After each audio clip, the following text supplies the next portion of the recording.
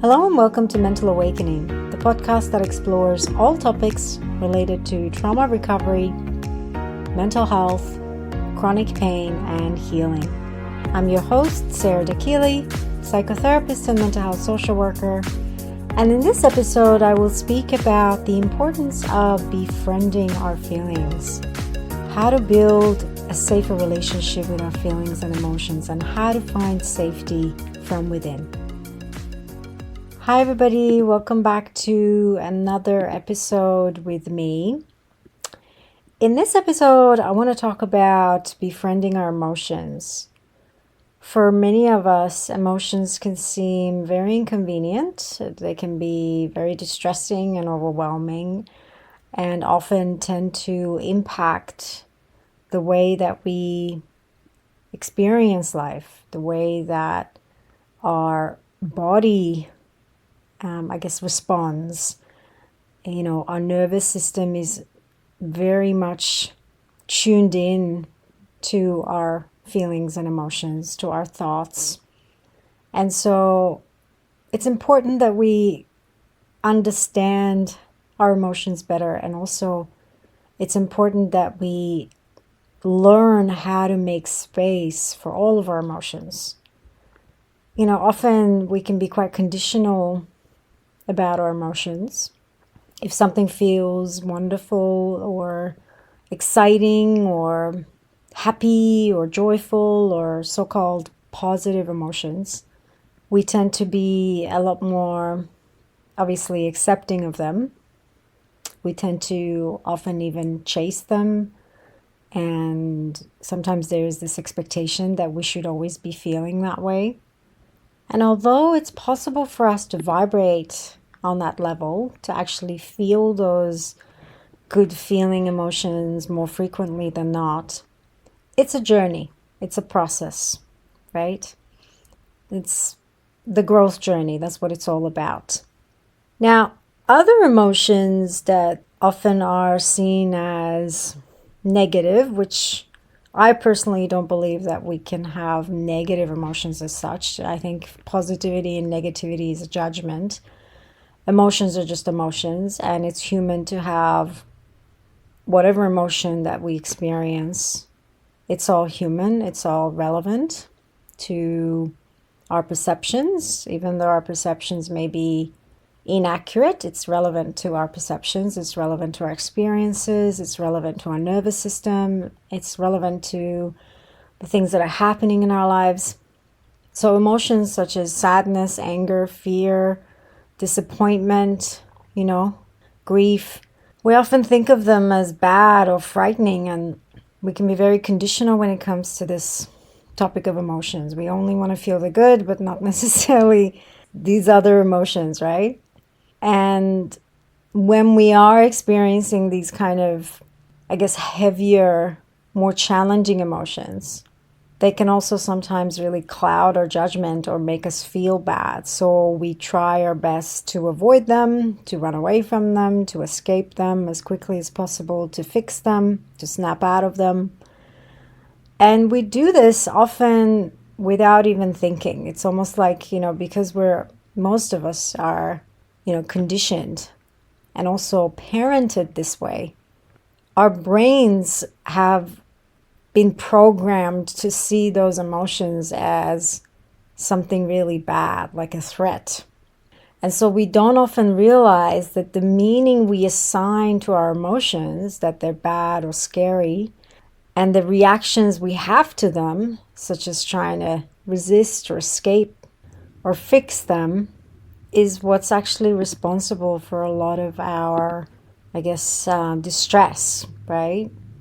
We tell ourselves that we can't handle these emotions, they're never going to go away, or that they're perhaps a reflection on us as people failing at life somehow. And that's not true. You're not a reflection of your emotions. Those emotions are really a reflection of the programming and the traumas and the experiences and the neural wiring in your brain and it has nothing to do with who you are as a person as such. However, when we do over identify with our emotions, then yes, we start to believe that this is who we are. So you might say, well, I'm really passionate. This is how I talk and this is who I am.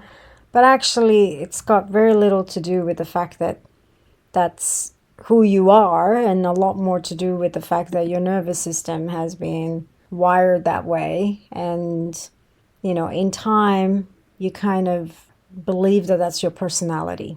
So I don't think emotions are dangerous. I've come to learn in my own life that actually, if we learn to approach our emotions as helpful, even though they're sometimes very unpleasant, but see them as messages that are giving us important information about our needs, important information about our boundaries, about our values, or what's really important for us, then we can begin to have a different relationship with our internal experience and a different relationship in turn with the outer world. So rather than resisting our emotions and pushing them away, we can begin to cultivate a curiosity and acceptance about our emotions that often make them less overwhelming. I try to see my emotions as helpful messages. Even really powerful, strong emotions are always giving me incredibly useful information about my emotional needs. They're giving me information about, you know, what's really important for me, how I want to live my life. They're giving me information about perhaps parts of me that are no longer supporting the person that I'm becoming, and that maybe are operating based on old perceptions, outdated perceptions. So, learning how to listen carefully to these messages with curiosity and without judgment, and, you know, considering which aspects of a situation we may be able to influence and which are outside of our control, and then responding with intention as opposed to that knee jerk reactive sort of a way, can really help us feel more empowered, right? More in control. And even though I don't like to use the word control as much these days, I do believe that self-actualization, does require us to have some level of self-control. And as we start to practice this as best we can, because initially when you start this process, it's not easy to catch yourself. It's not easy to not react.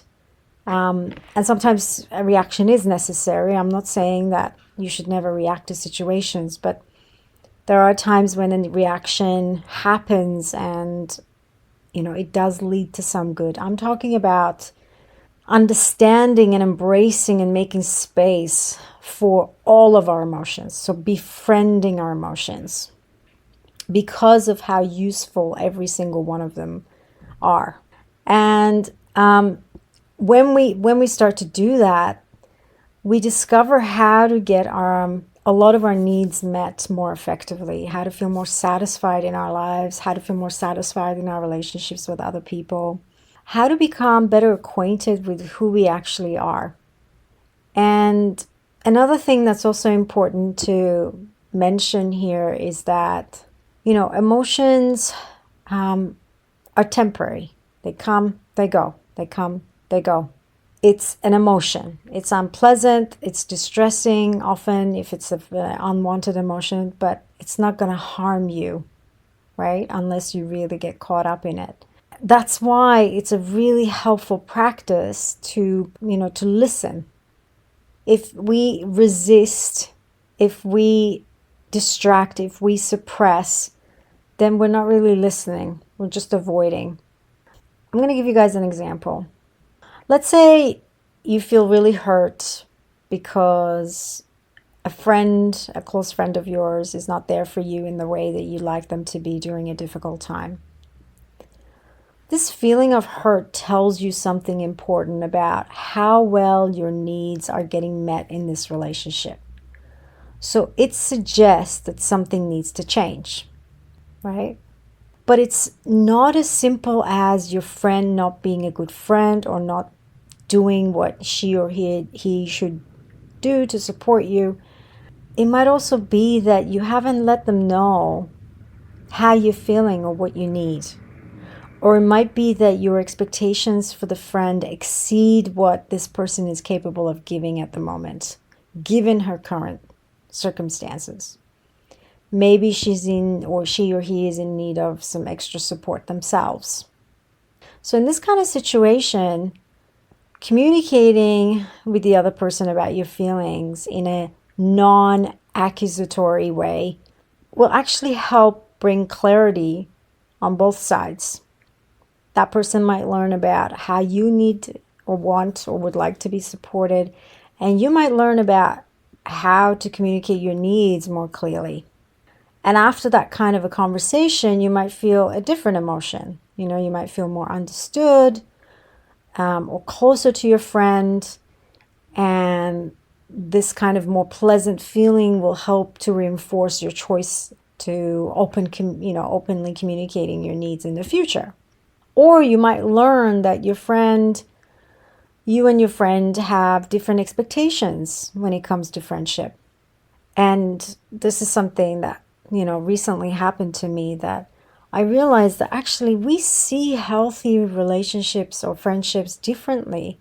I don't have control over my friend's behavior, but I do have a choice in how much or in what ways I want to continue to invest in the relationship, or if at all, right? And I mean, in my case, I chose to end that friendship, but you might decide to rely on another friend for the kind of support that you need in the future, and to reconsider your own expectation when it comes to that, that kind of relationship. I personally believe that how you relate to your feelings may be one of the most important habits, that we can, I guess, implement. When we meet our feelings and emotions with grace, with mindfulness, then we actually start to build this much healthier relationship with ourselves. We start to feel a lot more compassion for the different emotions that we experience. In IFS therapy, internal family systems therapy, we talk about having different parts. And I personally also attach emotions, obviously, to these parts, because often they are emotion based, right? The part that's angry, the part that's anxious, the part that compares or that's grieving, or not that comparison is an emotion, but I'm just giving you an example that there's so many different parts within us. And one practice that I have started to do for myself is to write letters from my emotions to myself. And the way I do that is by really trying to put myself in the place of that emotion that I'm feeling. This can be a bit hard to do if you're very disconnected from your emotions. So I do recommend that you work with a therapist, that you have support when it comes to these topics that I talk about on this podcast. But I personally really love this practice of writing letters from my emotions to myself. And I'll give you guys just a little sample of what that can look like. So, dear Sarah, or my darling Sarah, this is your sadness speaking, or this is your anger speaking, I feel that you never give me time, you never give me attention, and right now I really need you to hold space for me. I really need you to pay attention to me because I've got a lot to say. And I also don't think that you always give me credit for everything that I can share with you, and everything that, all the wisdom that I have within me. And then I start to talk about the emotion, like from the position of the emotion. How it feels to be sad, how it feels where where I can feel it in my body, how it feels to really be completely in that emotion. And whenever I do that, and as is obviously, consistency is what gives you results. So you can't just do it once and then be done with it. You got to keep doing it. But whenever I've done it, I I have felt so much relief afterwards. I felt so much safer from within myself. And in this kind of practice of being with our feelings, communicating with our feelings, especially the unpleasant ones, befriending them, we actually end up creating safety within our bodies. So we're building neural pathways, we're teaching our brain that all of my emotions are safe and all of my emotions are parts of me that I will choose to make time and space for, that I will choose to bring a level of mindfulness and a level of compassion to.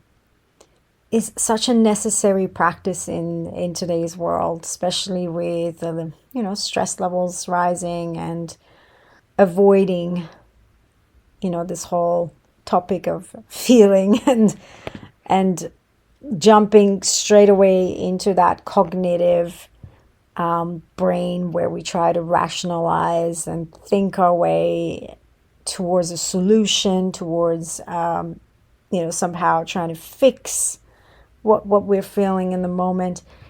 And by doing that, we're actually bypassing this heart energy. We're bypassing the exact thing that we need that actually contributes to healing.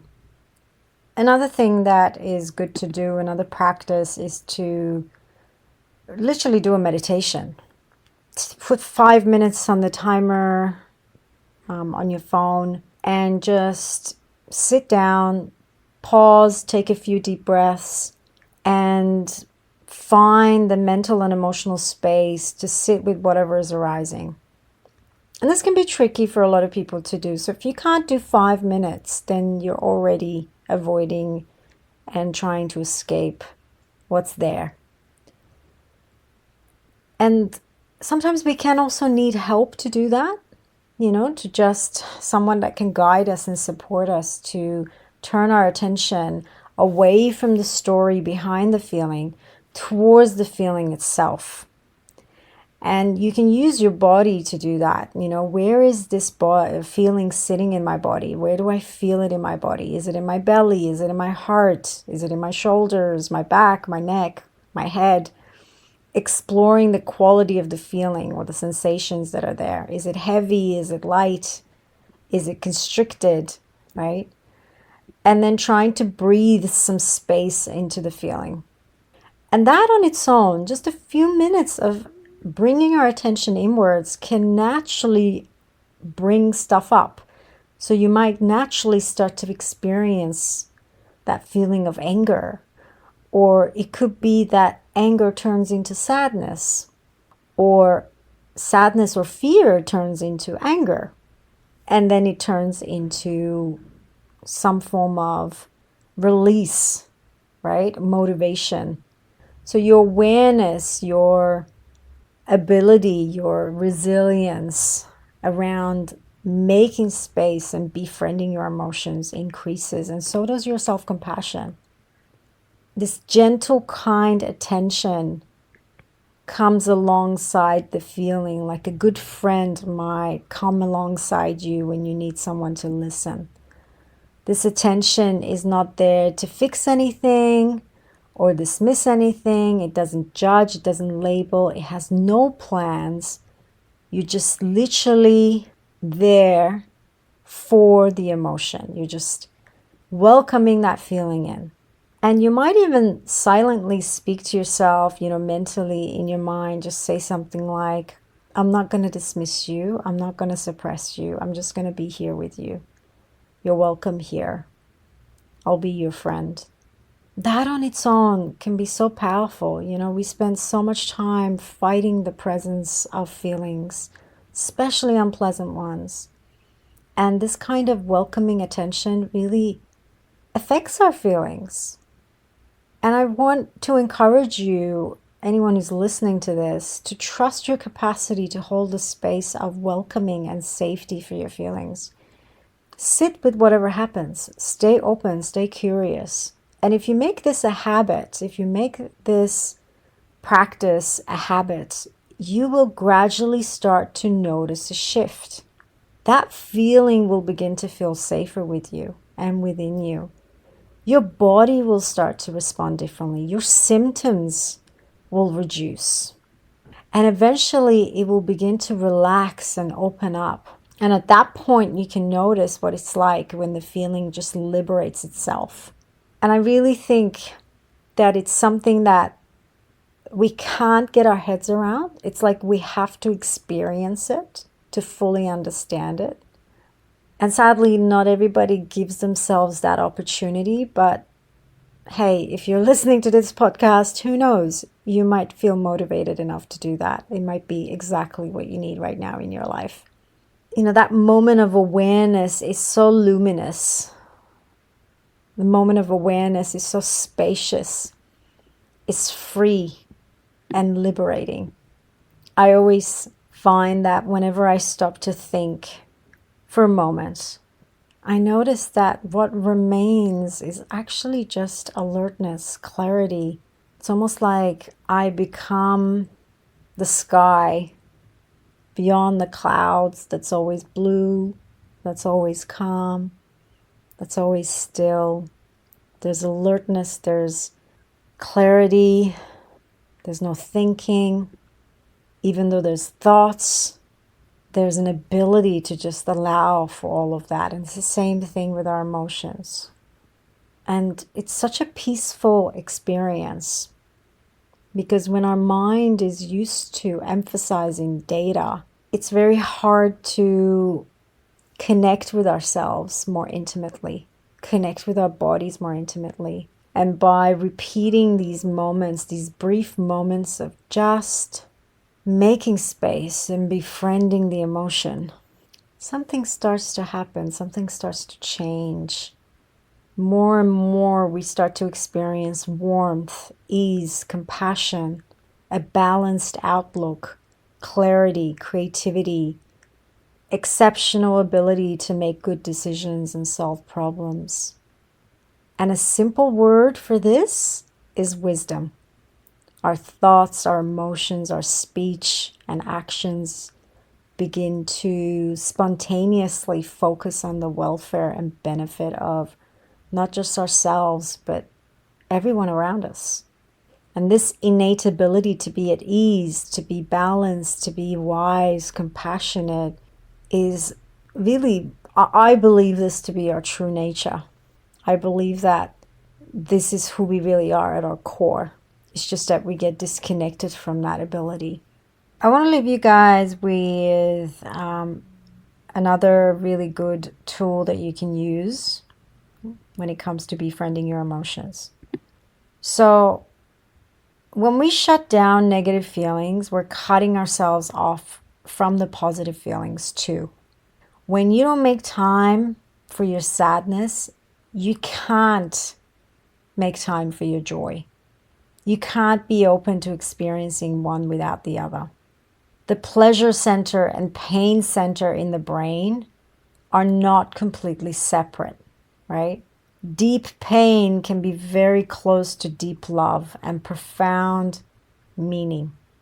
In my own life, it's been through those really difficult times, and I'm talking really shitty difficult times, that I've been able to find my strength, my joy, my gratitude, my humility, my guidance, right? It's the times when I've reached my rock bottom in life and surrendered and embraced the feelings and the emotions that I was experiencing, that I was able to really open myself up to all the other stuff too, right? To all the good stuff that we love. So it's taught me how to be less conditional about feelings and emotions and how to just befriend all of them. And one really good practice is the rain practice. I'm not sure if you've heard of it, but RAIN stands for recognize, accept, investigate, and nurture. So what we're doing is RAIN is an acronym, by the way. That's easy to remember. And it's a tool for practicing mindfulness and compassion by recognizing what's happening, allowing the experience to be just as it is, investigating it with interest and care, and then nurturing it with self-compassion.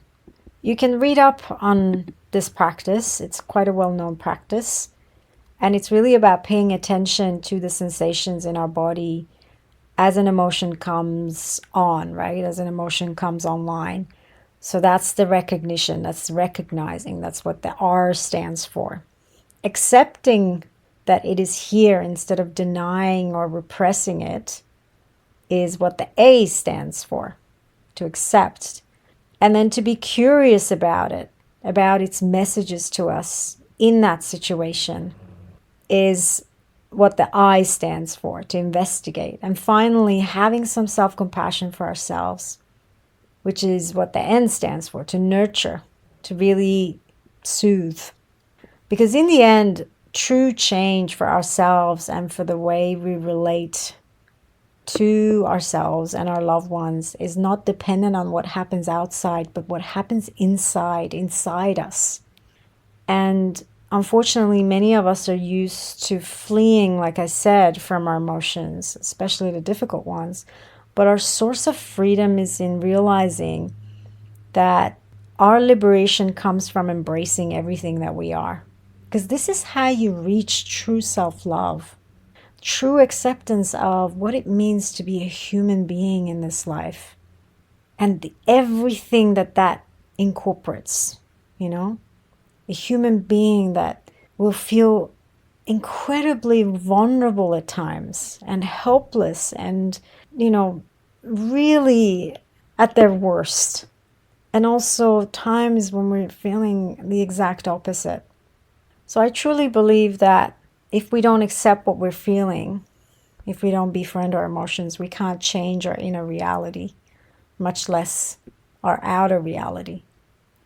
And giving ourselves permission to feel difficult emotions doesn't mean that we will never feel them again. It means that when they come, they will leave earlier, and our body will not react to them as if they're actual threats, and we'll be better able to understand the messages they bring us, and therefore decide how we want to act. And acting from a place of integration of our emotions is like having a superpower. In my opinion, that's what it truly means to be living a life that is more aligned with yourself and to have more energy. I mean, what would you do if you had more energy? What else could you focus on? How would that change your life? I want to leave you guys with one of my favorite quotes by Antoine Foy. I'm not sure if I'm pronouncing the name correctly, but it says, "The core of your true self is never lost. Let go of all the pretending and the becoming you've done just to belong. Curl up with your rawness and come home. You don't have to find yourself. You just have to let yourself in." I just love that. You just have to let yourself in. Let that sink in for a moment. All right, everybody, that's it for today. Thank you so much for tuning in. If you would like to work with me, please visit mentalawakening.com.au. And if you liked this episode, please do subscribe and leave a review, as this will help others to find the content that's shared here a lot more easily. Until next time, take care, everybody. Bye for now.